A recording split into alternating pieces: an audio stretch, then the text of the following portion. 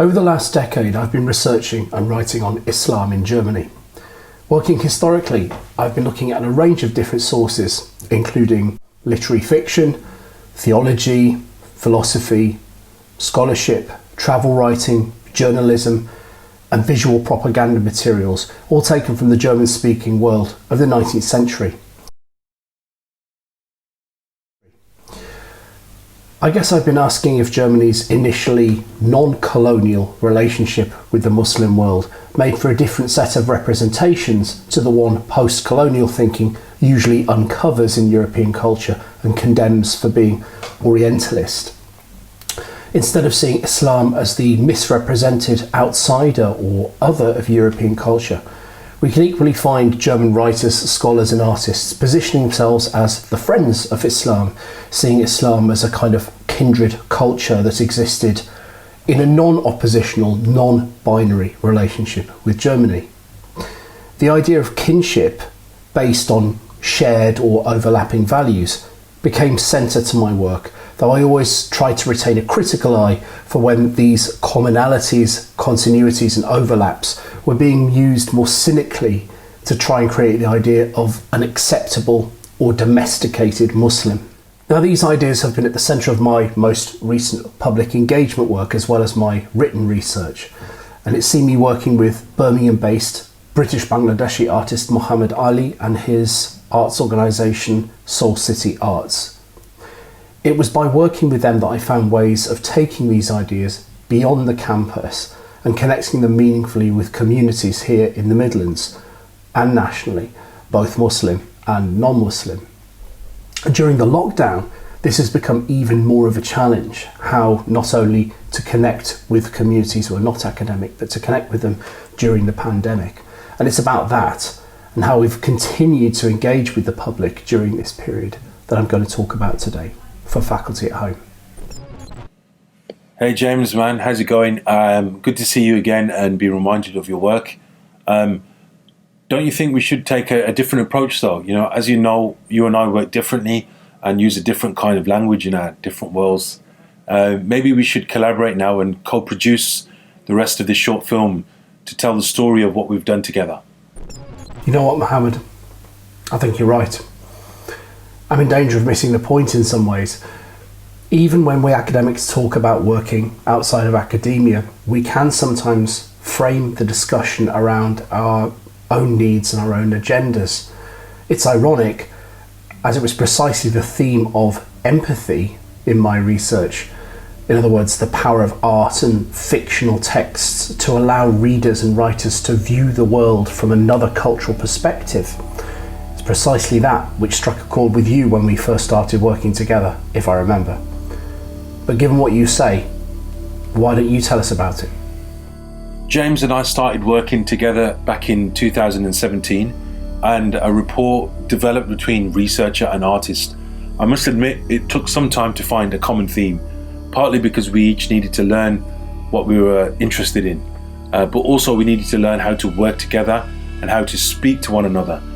But in time we clicked and it soon became clear that the idea of empathy, which James was focusing on, the idea of viewing, understanding and feeling the world from another perspective was going to be the key. The idea resonated with me and my work, which uses visual arts and creating a spectacle, live performance to bring out the empathy in my audiences. We explored various venues and approaches to deliver an artistic response to empathy, but finally decided we'd do something unconventional. The art of empathy saw us hijack a floor of a multi-storey car park in the centre of Birmingham. We brought art in the form of film, spoken word and painting into that space.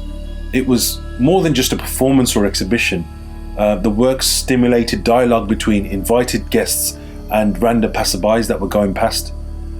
When James relocated to Melbourne for a year in 2019, we stayed in touch, but it was that year that COVID hit and forced the arts online, and we felt the need to come up with a response, and from that Congregate was born.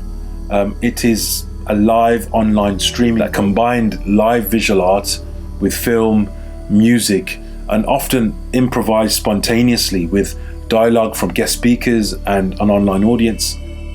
We addressed themes such as the pandemic, lockdown, isolation, loss and bereavement, and responded to the Black Lives Matter movement. It was meant to use the arts to fill the gap left in our social and spiritual lives, to allow us to heal and grow back.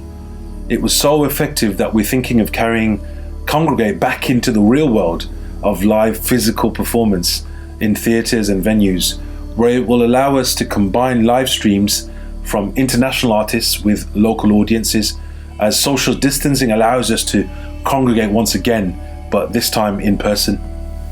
Thanks, Mohammed. It's great to see all of this reflected back at me from your point of view, and see how those key ideas of empathy, voice and representation have shaped our work together. But what next for me? Well, during lockdown, I'm continuing work on projects like Congregate with Soul City Arts, connecting, communicating and driving change wherever I can. But I'm also completing my next book. And these are two quite separate strands of activity. And as an academic working in these two distinct worlds, I suppose I have to try to cultivate and use two different voices, two different ways of speaking for different audiences. But I'd be lying if I said that they weren't in any way connected. I like to think that my ideas and concepts provide something of a springboard for artistic responses from artists and activists like Mohammed, and help feed their work with ideas.